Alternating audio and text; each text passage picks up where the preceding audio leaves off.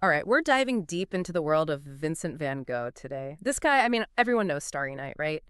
But how does a guy who only sold one painting during his lifetime become this legend? We're going beyond all the surface stuff with Yeah. this deep dive to uncover, what shaped his artistic journey and how his work still resonates so deeply, like even now. It really is incredible how Van Gogh's personal struggles and artistic breakthroughs almost seem intertwined. Hmm. To understand one, you have to understand the other almost. Yeah, for sure. And we're using Vincent van Gogh, a complete biography, as our roadmap for this deep dive. It's interesting. He wasn't always this, tortured artist. His early life, it was surprisingly ordinary. Born in 1853 in the Netherlands, son of a pastor, loved nature. Like normal kid stuff, not exactly churning out masterpieces as a kid. What do you think sparked that fire in him later on, that artistic fire? Well, his family really pushed for a practical career. First it was art dealing, then preaching, which in hindsight is kind of fascinating, right? Because it exposed him to both the art world and the harsh realities of everyday life, Hmm. especially for those struggling on the margins. I think these experiences really laid the groundwork for the empathy and social consciousness that you see, that really comes through in his work later.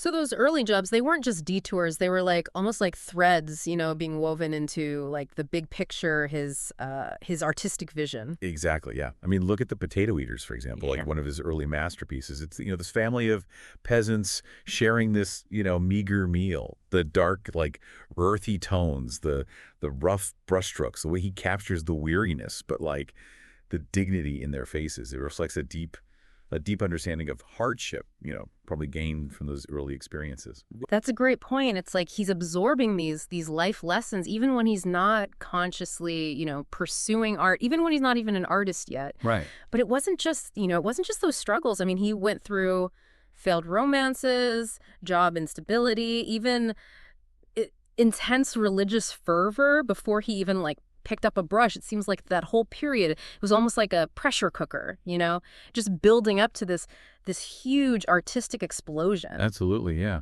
And what's remarkable is that he was completely self-taught. I mean, around age 27, he decides to become a painter and just dives in head first. He's reading books on anatomy and perspective, color Okay. theory. He was obsessed with mastering the technical stuff. So that self-taught approach, it's really interesting. Do you think that gave him a different perspective, maybe even like a certain freedom he might not have had with formal training? Almost definitely. I mean, it allowed him to develop his own unique style. Yeah. He wasn't constrained by those conventions of the academies and all that. Mhm. He wasn't afraid to experiment, to break the rules, to express himself in raw, unconventional ways. And you really see that in those early works, right? Like in the Potato Eaters, there's this rawness there. Absolutely. You see that commitment to realism, but also this deep emotional undercurrent. There's a weight to those brushstrokes, a sense of urgency in the way he puts things together. Yeah. And then in 1886, he moves to Paris. I mean, talk about a whirlwind of inspiration, right? This is like the epicenter of the art world at the time. He's surrounded by the Impressionists, Monet, Pissarro, all these guys who are experimenting with light and color in totally groundbreaking ways. How do you think this immersion in the Parisian art scene impacted his style? It was transformative, really. I mean, think about it. Van Gogh took that emotional intensity from his earlier work, right, and he infuses it with the vibrant colors and loose brushstrokes of Impressionism. He's not just imitating them. He's absorbing their techniques and forging his own path. So it wasn't a complete break from his past, more like an evolution, like adding new tools to his, artistic toolbox. Precisely. And you can see this evolution in paintings like The Bridge at Courbevoie or Yeah. his series of self-portraits from that period. The colors get brighter, the brushstrokes are more expressive, and you can almost feel the energy pulsing from the canvas. He's not just capturing the scene, he's conveying a feeling and experience. It's like he's inviting you to step into his world, to see things through his eyes. Exactly, yeah. And this is where you start to see that signature Van Gogh style emerge, that swirling, almost kinetic energy that really pulls you into those paintings. He's not simply depicting reality anymore. He's translating emotion onto the canvas. And I think that's what makes his work so powerful, so enduring. We connect with those raw emotions, that sense of searching, of struggling, of finding beauty, even in the darkness, right? But his journey, it doesn't end in Paris. He heads south to Arles, seeking something even more intense, even more. Ah, yes. The Yellow House period. This is where things take a pretty dramatic turn, both artistically and personally. He dreams of creating this artist commune, invites Gauguin to join him. He's drawn to those vibrant colors of the South, the sunflowers, the sunshine. But it's also a period marked by this intense emotional turmoil. Yeah, it's almost like the Yeah. intensity of the landscape, of the southern landscape, mirrors his own, inner turmoil. He's producing some of his most iconic works, like the sunflower, his bedroom in Arles, but Hmm. his mental state, it deteriorates. It's heartbreaking, really. This period, it's so incredibly productive, but it culminates in, the infamous ear incident, his breakdown, hospitalization. I wonder, do you see like a connection there between, his very tumultuous personal life and the evolution of his art during this time? Hmm. That's a complex question, but there's certainly a correlation there. It's like all this emotional turmoil he was experiencing, it had found an outlet in his art. The brushstrokes, they become even more frenetic, the colors more vibrant, almost like hallucinatory. Yeah. He's really pushing the boundaries of expressionism, capturing the world as he felt it, not just as it appeared. So even in the midst of all this, like suffering, he's creating art that continues to move people like centuries later. Is that part of the reason why his story resonates with so many? I think so, yeah. We're drawn to that raw emotion, the, Right. the honesty in his work. He doesn't shy away from pain or darkness, but he also captures those moments of like transcendent beauty. There's a vulnerability there that makes his art incredibly relatable, I think. It's like he's giving us permission to feel those things too, to like embrace the full spectrum of human experience. Exactly. And when you consider the context of his life, the fact that he was creating these masterpieces while battling mental illness, I mean, it adds another layer of meaning, doesn't it? He wasn't just painting, pretty pictures. He was pouring his soul onto the canvas. And sadly, his story ends tragically. He dies in 1890 at just 37 years old, yet his art, it lives on, and it becomes even more celebrated after his death. Why do you think he achieved such widespread recognition, like posthumously? I think it's a combination of factors. There's, the undeniable power of his art, of course, like, his innovative use of color, brushstroke, the emotional intensity he conveys. But it's also, that compelling narrative of his life, the Yeah. story of this struggling artist who never gave up, who created beauty even in the face of such adversity. It's a story that continues to inspire, I think, and resonate with people like all over the world. Yeah. It's almost like his life becomes this metaphor for the creative process itself, Right. full of passion, struggle, and ultimately like a search for meaning. Precisely, yeah. And that surge, I think, resonates deeply with us because it's something we all experience in our own way. Yeah.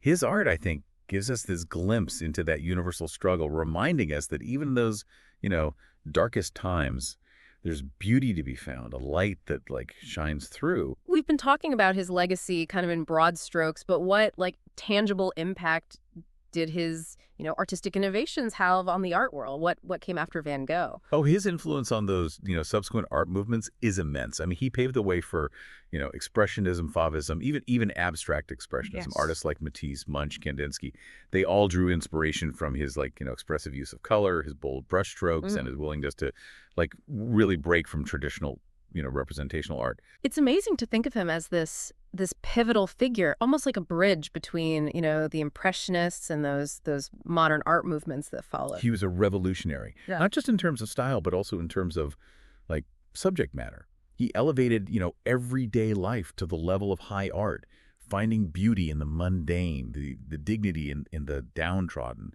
this focus on the ordinary, the emotional, the like subjective experience. That had a profound impact on artists who came after him. It's interesting to think about how, like, our understanding of mental health has evolved since, Van Gogh's time. Back then, there was much less awareness, much less compassion surrounding mental illness. It's tragic to think of the suffering he endured. Absolutely. Today, we have a much better understanding of conditions like depression, anxiety, bipolar disorder. And this awareness, I think, helps us to appreciate his art on a much deeper level. Mhm. We can see the pain, the struggle, but also the resilience, the moments of like, pure creative brilliance.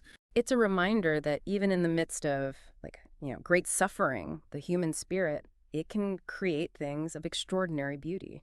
And that art can be such a powerful tool for expressing, those complex emotions, for connecting with others who might be going through, experiencing similar struggles. I think that's what makes Van Gogh, like, so timeless. Yeah. He reminds us that it's okay to be vulnerable, to feel deeply, to embrace, like, the messiness of life, and that beauty, it can be found in the most unexpected places. He challenges us to see the world through different eyes, to find meaning in the everyday and to connect with something larger than ourselves. So let's bring it back to you, the listener. What can we take away from Van Gogh's story, from his art? Why should we care about this, this guy who lived over a century ago?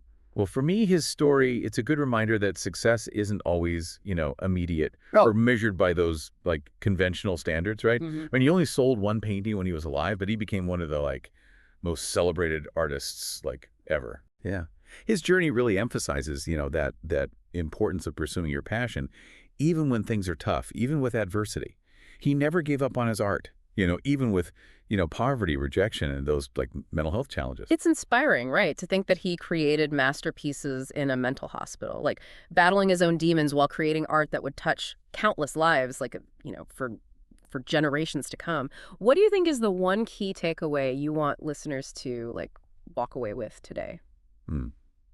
I think the biggest takeaway is that art, it really has this power to transcend time and connect us, on a deeper level. Like Van Gogh's paintings, they're not just about, pretty colors and swirling brushstrokes. They're about capturing the essence of being human, of the human experience. The joy, the sorrow, the beauty and the pain. And he reminds us that it's okay to feel all of those things, right? That our emotions are part of what makes us human. Exactly. Yeah. His art encourages us to embrace our vulnerability, to find beauty in unexpected places, and to keep searching for meaning, even when life, feels chaotic. So if you're feeling inspired to explore Van Gogh's world beyond Starry Night, where would you suggest someone start? I would I would recommend diving into some of his lesser known works. For example, like have you ever seen Wheatfield with Crows? It's this haunting, evocative landscape that like many people interpret as a premonition of, his suicide. It's a powerful example of how he used symbolism and color to convey, that deep emotion. Oh yeah. Or the Night Cafe, which is so different in mood and palette, yet equally like captivating, right? The way he uses color to create this almost unsettling vibrancy. It's amazing. You can almost feel the energy of the place, that sense of like unease. And don't limit yourself to just his paintings. I'd also recommend reading like his letters to his brother Theo. They give you this incredible insight into his creative process, his struggles, his hopes, his dreams.